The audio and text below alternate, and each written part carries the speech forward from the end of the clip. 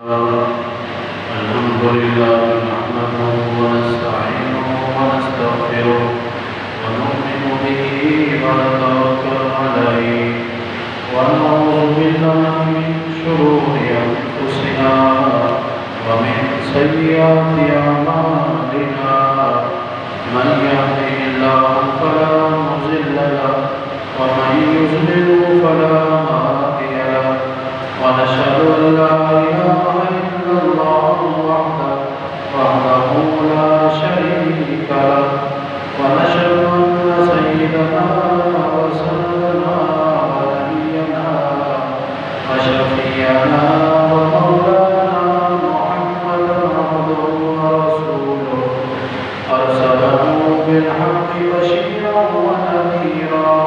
وداعيا إلى الله بإذنه وسراجا منيرا أما بعد فأعوذ بالله من الشيطان الرجيم بسم الله الرحمن الرحيم الله لا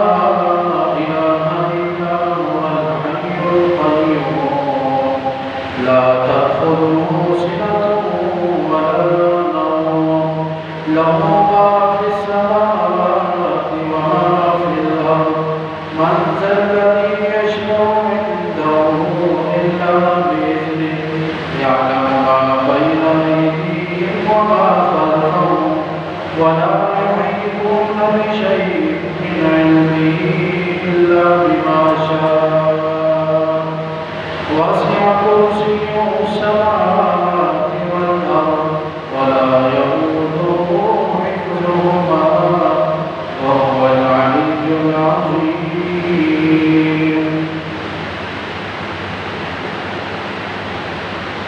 صدق الله مولانا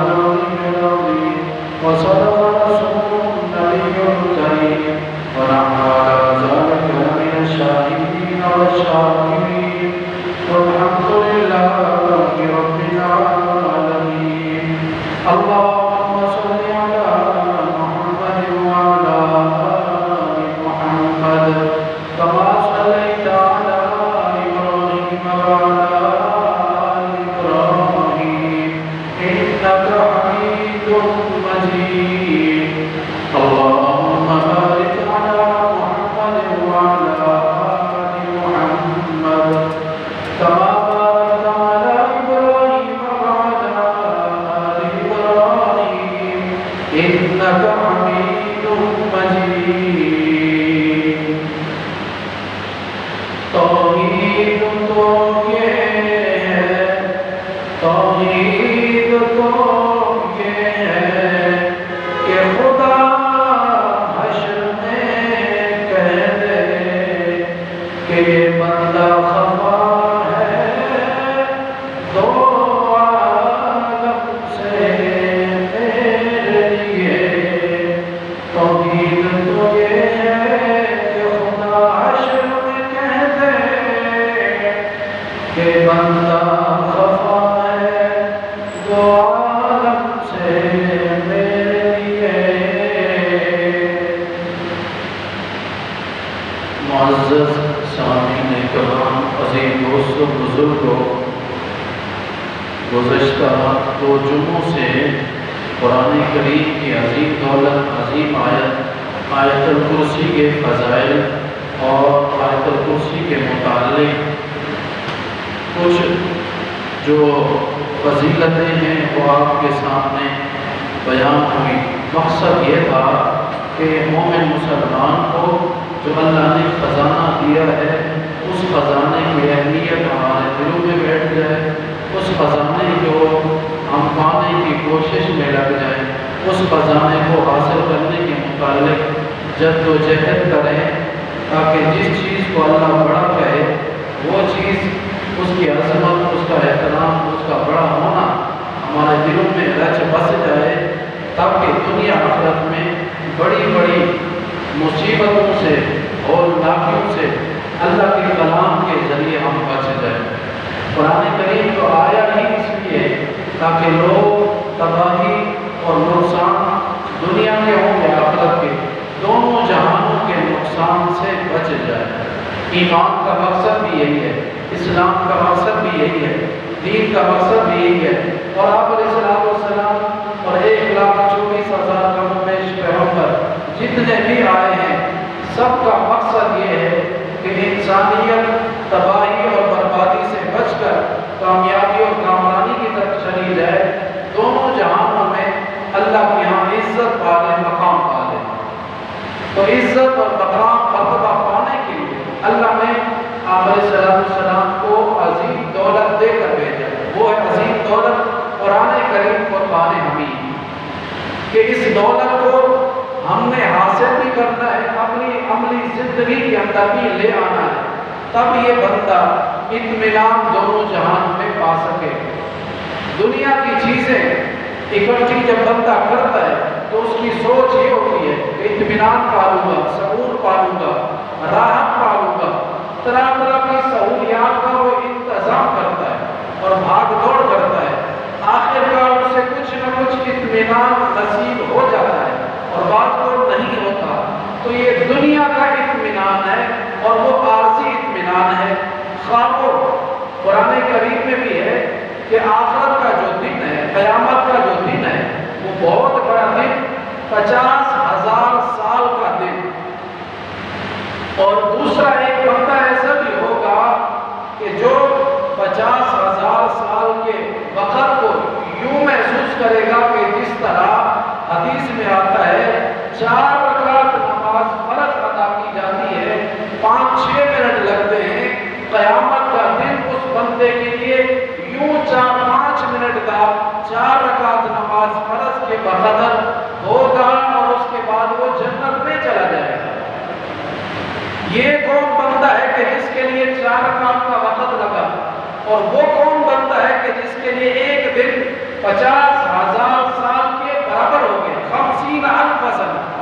کہ 50,000 سال کے برابر ایک دن لمبا ہوگا۔ دنیا میں بھی ہم دیکھتے ہیں کتنے ایسے ملک ہیں کہ جہاں 6-6 مہینے کا ایک دن ہے، جہاں 6-6 مہینے کی ایک رات ہے، سورج کا وہ منہ دیکھ ہی نہیں سکتے۔ تو ہمیں قیامت کا دن بھی یوں سمجھنا چاہیے کہ جب دن دنیا کے اندر اتنا لمبا ہو گیا کہ 6 مہینے لگ گئے، تو کافر کے لیے قیامت کا دن ہولناکیوں کی وجہ سے، عذاب کی وجہ سے، مصیبت میں جو بندہ ہو تو اس کی رات بڑی مشکل سے کٹتی ہے، پریشان جو بندہ ہو تو اس کے وقت بڑے مشکل سے کٹتے ہیں، لیکن صحت اور عافیت والا بندہ ہو تو وہ منٹوں سیکنڈوں کو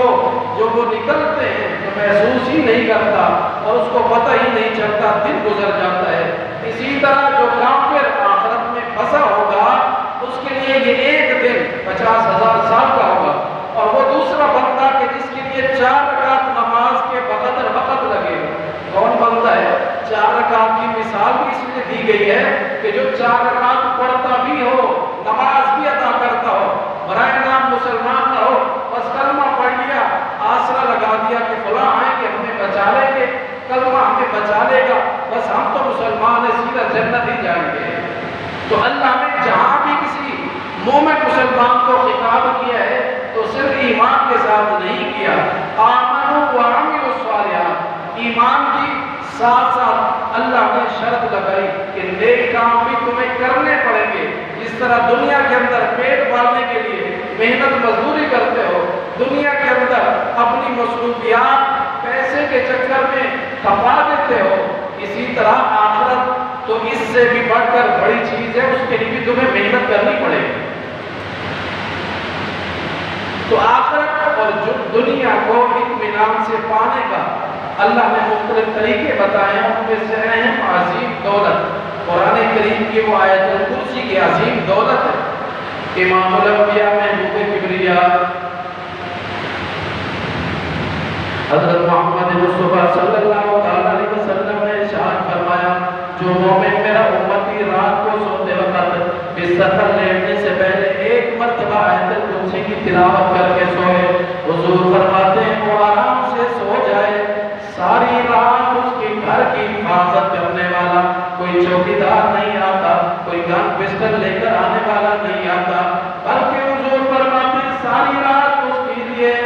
رب العالمین رحمت کے فرشتے بھیج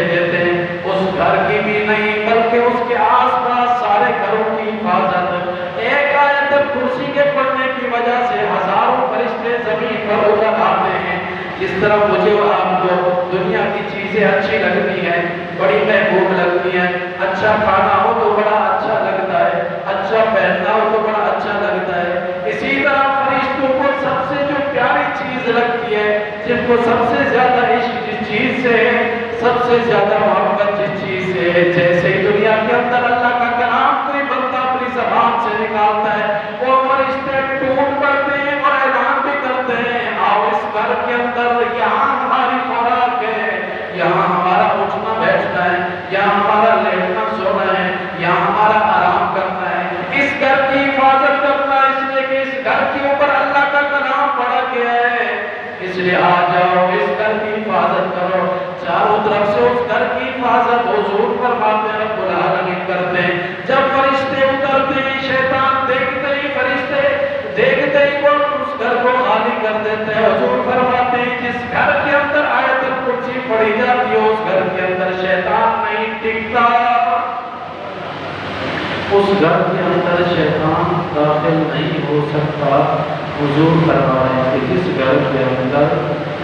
آیت الکرسی اللہ لا الہ الا هو الحی القیوم پڑھا جاتا ہو،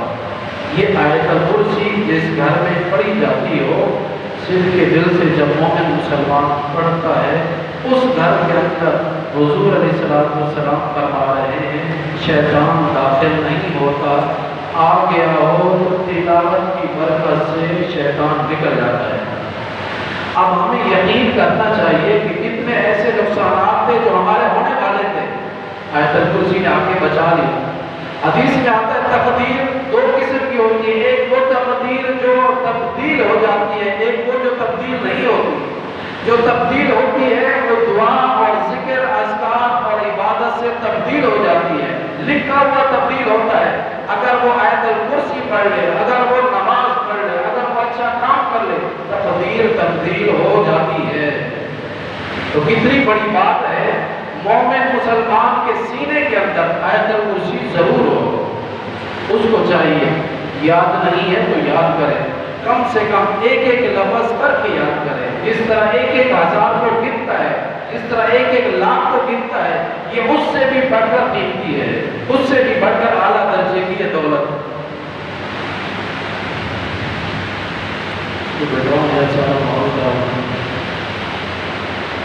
فرمایا اللہ لا الہ، اللہ کا ذاتی نام اللہ ہے، جس طرح میرا اور آپ کا نام ایک اصلی ہوتا ہے دوسرے صفات کی وجہ سے، کوئی کسی کو کہتا ہے حاجی صاحب، کوئی وزیر صاحب، کوئی بادشاہ صاحب، کوئی اعلیٰ درجے کا منصب، یہ سارے کے سارے اس کے صفاتی نام ہیں۔ ہر ایک بندے کا، ہر ایک مخلوق کا اپنا ذاتی نام، اللہ وحدہ لا شریک کا بھی ذاتی نام لفظ اللہ ہے۔ حدیث میں آتا ہے اس لفظ اللہ کی برکت سے جب بندہ زمین کے اوپر بیٹھ کر اللہ کا نام لیتا ہے، عرش تک اس کی صدا جاتی ہے، فرشتے عرش والے بھی اس کے لیے دعائیں مغفرت کرتے ہیں۔ اللہ کے نام کی اتنی بڑی برکت ہے۔ تو اللہ کا جو ذاتی نام ہے اللہ ہے، اور سب سے بڑا ذکر اللہ ہے، اور جو بندہ اس ذکر کو کرتا ہے اس کا دل ہمیشہ زندہ رہتا ہے، اور موت آئی تو ایمان کے اوپر آئی، اور آخرت میں زندہ دل لوگوں میں وہ اس کو شمار کیا جاتا ہے۔ بعض لوگوں کے دل قیامت والے دن مردہ ہوں گے، ان کو ہوش نہیں ہوگا، نشئی اور چرسی موالی آدمی کی طرح وہ پاگل اذان کو دیکھ کر گھوم پھر رہے ہوں گے۔ کچھ لوگ جو دنیا میں دل کو آباد اور زندہ رکھا کرتے تھے، ان کے دل وہاں نہیں پڑیں گے، بلکہ ان کے ہوش و حواس خراب نہیں ہوں گے، بلکہ وہ بڑے اطمینان سے ہوں گے، اس لیے کہ ان کو موت کے آتے ہی جنت دکھا دی گئی تھی۔ حدیث میں آتا ہے جب بندہ قبر میں جاتا ہے تو اس کو جنت دکھائی جاتی ہے، اور اس کو تسلی دی جاتی ہے کہ یہ تیرا گھر ہے، اور وہ آرام سے اطمینان سے سوتا ہے، اور فرشتے کہتے ہیں کہ یہ تیری جنت ہے۔ اب وہ آنکھیں بند کرتا ہی ہے تو قیامت آ جاتی ہے کہ چلو قیامت برپا ہے، رب العالمین نے جنت کا جو فیصلہ تمہارے لیے کیا ہے، جنت دکھائی ہے، اب عملی طور پر جنت کے اندر داخل ہو جاؤ۔ تو ہم تو دنیا میں ہر بندہ سوتا اس لیے تاکہ تھکاوٹ دور ہو،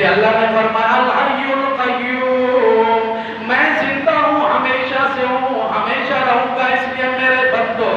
مجھے یاد کیا کرو۔ لہو ما فی السماوات و ما فی الارض، تمہارا زمین و آسمان میں کچھ بھی نہیں، اسی کا سب کچھ ہے۔ آسمان کا مالک بھی میں اللہ ہوں، زمین کا مالک بھی میں اللہ ہوں، ایک نہیں دو نہیں، ساتوں آسمان اور اس کے اندر رہنے والی مخلوق، ساتوں زمینیں اور ساتوں زمینیں کے اندر رہنے والی مخلوق، سمندر میں رہنے والی مخلوق، تری میں رہنے والی مخلوق، مشکل کے حالات میں رہنے والی مخلوق، آسانی میں رہنے والی مخلوق، تری اور خشکی کے اندر رہنے والی ساری کی ساری مخلوق اسی وحدہ لا شریک کی ہے۔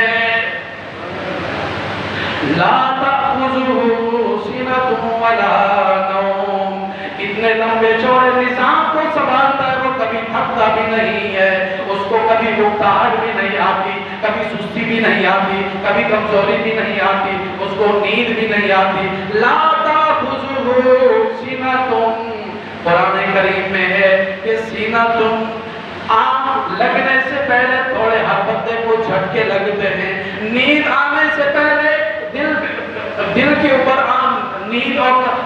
بے ہوشی طاری ہونے سے پہلے ہر ایک کو پہلے جھٹکا آنکھ کے اوپر لگتا ہے، اس کی آنکھ بند ہوتی ہے۔ قرآن کہتا ہے اللہ وحدہ لا شریک کو کبھی اونگ بھی نہیں آئی اور کبھی نیند بھی نہیں آئی۔ بنی اسرائیل کے اندر بنی اسرائیل نے موسیٰ علیہ السلام سے سوال کیا، اے موسیٰ کلیم اللہ،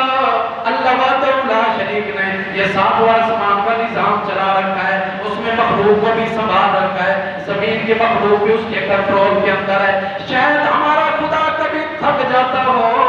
کبھی پریشان ہو جاتا ہو، اتنا نظام دنیا چلاتے چلاتے کبھی اس کو اونگ آ جاتی ہو، کبھی نیند آ جاتی ہو۔ یہ سوال بنی اسرائیل نے موسیٰ علیہ السلام سے کر دیا، رب العالمین نے سن لیا، موسیٰ کلیم اللہ کو حکم دیا، رب العالمین نے اے موسیٰ کلیم اللہ آج کی رات آپ نے جاگنا ہے، الہی کیا کرنا ہے، اپنے دونوں ہاتھوں میں شیشے کے پیالے اور گلاس لے لو اور اس کے اندر اس کو لے کے کھڑے ہو جاؤ، میں خدا کا حکم ہے آپ کی قوم کو یہ مسئلہ سمجھانا ہے کہ رب العالمین کتنی بڑی طاقتور ذات ہے، رب العالمین کا حکم ہے دو پیالے لے کے کھڑے ہو جاؤ۔ الہی کھڑا ہو گیا، موسیٰ علیہ السلام نے سیدھے ہاتھ میں بھی شیشے کا پیالہ گلاس، الٹے ہاتھ میں بھی شیشے کا پیالہ اور گلاس ہے، ایک رات کا حصہ گزرا، آنکھ لگنے لگی تو نیچے گرنے لگے، گھٹنوں کے بل نیچے آ گئے، گھٹنے کے اوپر کھڑے رہے، رب العالمین کا حکم ہے موسیٰ کھڑے رہو، گھٹنوں کے بل آ کر کھڑے رہے، آخر کا رات کا جب آخری حصہ آیا، آنکھ لگی، ہاتھوں میں جو پیالے تھے شیشے کے وہ نیچے گرے، چورا چورا ہو کر ٹکڑے ٹکڑے ہو گئے۔ اللہ وحدہ لا شریک نے مسئلہ عملی طور پر سمجھایا، اور موسیٰ اگر آسمان اور زمین کا نظام یہ چل رہا ہے، میں خدا بھی اگر سو جاؤں تو یہ نظام اسی طرح درم برم ہو جائے گا۔ لا تأخذه سنة ولا نوم، اس لیے اللہ وحدہ لا شریک فرماتے ہیں میں خدا کو نہ اونگ آتی ہے، نہ ذرا سی سستی آتی ہے، نہ ذرا سی کمزوری آتی ہے، جب بھی تم مانگو رات کی تاریکی ہو یا دن کا اجالا ہو، خشکی ہو یا تری ہو، جس جہان کی جو مخلوق ہو، جب بھی جس وقت کے اندر جو بھی مانگے میں خدا دینے کے اوپر قادر ہوں، لیکن جب تم مجھ سے مانگتے نہیں، ڈاکٹر پر یقین کر لیتے ہو، فیکٹری کے نظام کو اپنے اوپر سنبھالنے کی کوشش کرتے ہو، بنایا بنی بنائی فیکٹری کو میں خدا آگ لگا دیتا ہوں، جس فیکٹری کو، جس ساز و سامان کو تم نے اپنے بھروسے کے اوپر کھڑا کیا، میں خدا کے بھروسے کو پہلے لو، تب نظام چلے گا۔ لہو ما فی السماوات و ما فی الارض، آسمان کا نظام بھی اس کے قبضے کے اندر ہے، یہ جن کچھ نہیں کر سکتے، یہ شیطان کچھ نہیں کر سکتے۔ حدیث شریف میں آتا ہے جب آیت الکرسی پڑھی جائے، شیطان آیت کو سنتے ہی بھاگ جاتا ہے، اس جگہ نہیں ٹکتا۔ تو ہمارا یقین بھی تو بنے نا کہ خدا کون ہے، رب کون ہے، آیت الکرسی ہے کیا چیز۔ اگر اس طرح کے ہمیں یقین ہوتا تو ہم اس طرح کے در در کے دھکے نہ کھا رہے ہوتے۔ افغانستان ہے، ان لوگوں نے چند بوریا نشینوں نے اللہ کی ذات پر بھروسہ کیا، پوری دنیا کو ہلا کے رکھ دیا، چند ایک مسلمان ہیں، لیکن ان کو یقین اعتماد ہے رب کی ذات پر، پوری کی پوری دنیا کی سپر پاور کو زمین پر نیچے زمین بوجھ کر دیا، ہلا کر کے رکھ دیا، اور آج اللہ نے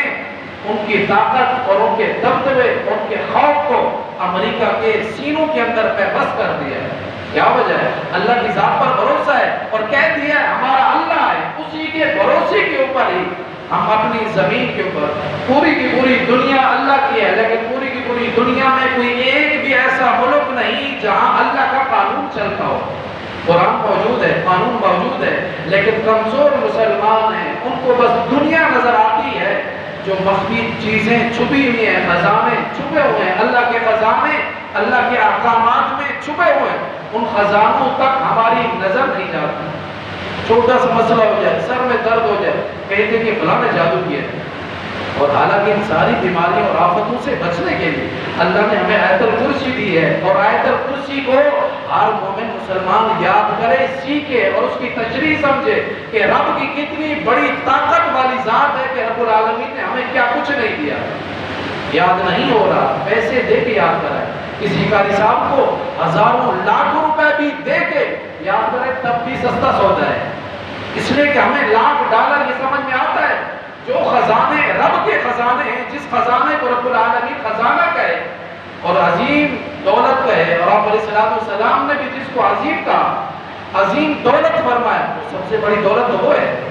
باقی جتنی بھی چیزیں فنا ہونے والی، بقا رب العالمین کے احکامات کو ہے کہ جو ہم عمل کر لیتے ہیں اس عمل کو ہمیشہ ہمیشہ کا بقا مل جاتا ہے، یہاں تک کہ جب جنت میں جنتی آدمی جائے گا تو وہ کہے گا یار یہ جو درخت میرے اوپر کھجور کا کھڑا ہوا ہے یہ کیسے مجھے ملا؟ تو اس کو بتایا جائے گا زمین کے اوپر بیٹھ کر آپ نے ایک مرتبہ سبحان اللہ کہا تھا، اس ایک سبحان اللہ کے بدلے میں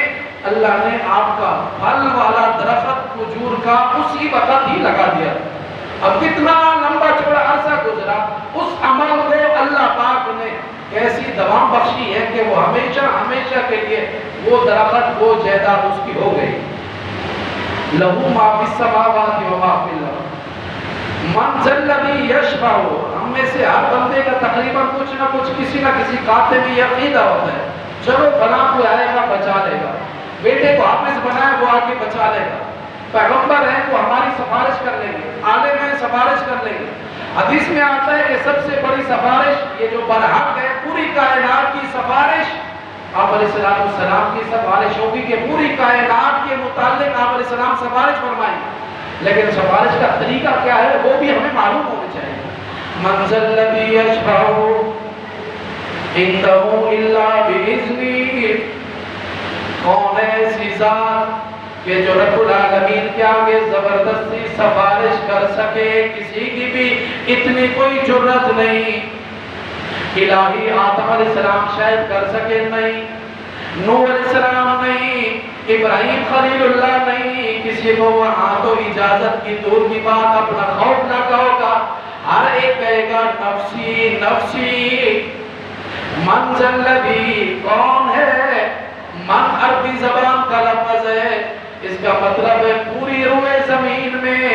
جس انسان کو بھی ہم نے عقل بخشی ہے، تمام کے تمام انسانوں کو اجازت ہی نہیں کہ رب العالمین سے کسی ذات کے متعلق زبردستی سفارش کر سکے۔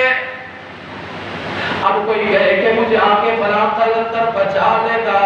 شراب پیوں میری مرضی، زنا کروں میری مرضی، فلاں نیک بندہ آئے گا نہیں، بلکہ رب العالمین کا اصل فیصلہ ہے، بزرگ بھی ولی بھی نبی بھی کوئی بھی نہیں بچا سکتا، جس کو خدا بچائے وہی بچ سکے گا، اور بچنے کی صورت بھی نرالی، جب کسی کو رب العالمین بچاتا ہے اس کی شان بڑی ہے، کسی نبی کو آگے کر دیتا ہے وہ سفارش کرتا ہے بچ جاتا ہے، اس سے یہ بھی پتہ چلتا ہے کہ یہ بھی بات ہے